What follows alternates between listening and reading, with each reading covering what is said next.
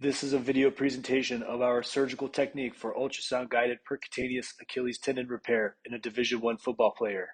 The authors report the following disclosures. Patient is a 20-year-old male Division I football player who presented with acute onset left posterior ankle pain. The patient was performing sprinting drills at practice, and at the beginning of one sprint, he pushed off his left foot and immediately felt a pop, had severe pain and numbness and tingling sensation in the posterior aspect of the ankle. Physical examination demonstrated a positive Thompson squeeze test, weakness on plantar flexion, and a palpable gap approximately 4 centimeters from the calcaneal insertion. Preoperative imaging included in-office ultrasound. This is a preoperative ultrasound of the left posterior ankle showing a complete rupture of the Achilles tendon approximately 4 centimeters from its insertion on the calcaneal tuberosity. The diagnosis is complete rupture of the Achilles tendon. The plan is ultrasound-guided percutaneous Achilles tendon repair. A thorough understanding of Achilles anatomy on ultrasound is required to properly perform a percutaneous repair using ultrasound guidance. We can see here a normal healthy Achilles tendon in long axis. The top layer is the peritoneal layer, and deeper to that, we can see the longitudinal fibers of the Achilles tendon as we move distally inserting onto the calcaneus. As we move more proximally, we can see the fibers starting to spread out and fan out into a ribbon-like structure that extends into the gastrocnemius and soleus. We can see the tendon fibers are in continuity right now in this normal healthy tendon. As we rotate to the short axis view, we can see a broom-like fiber on end appearance of the Achilles tendon, again showing normal healthy tendon. And as we move laterally, we could observe the sural vein and sural nerve.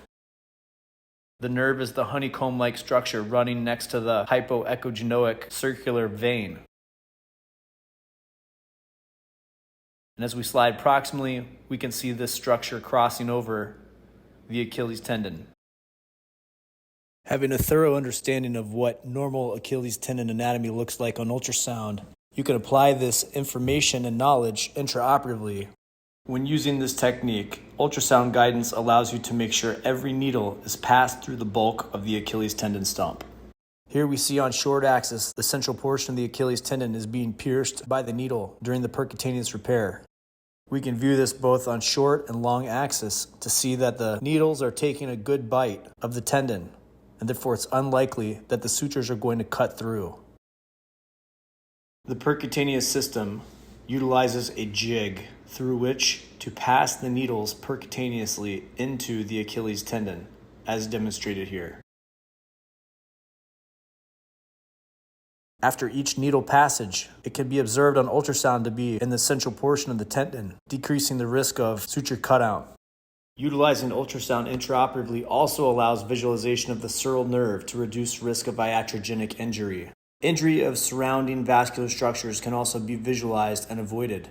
This process can be repeated for both the proximal and distal stumps of the Achilles repair. After each needle pass is confirmed on ultrasound to have a good bite, the remainder of the repair proceeds as normal.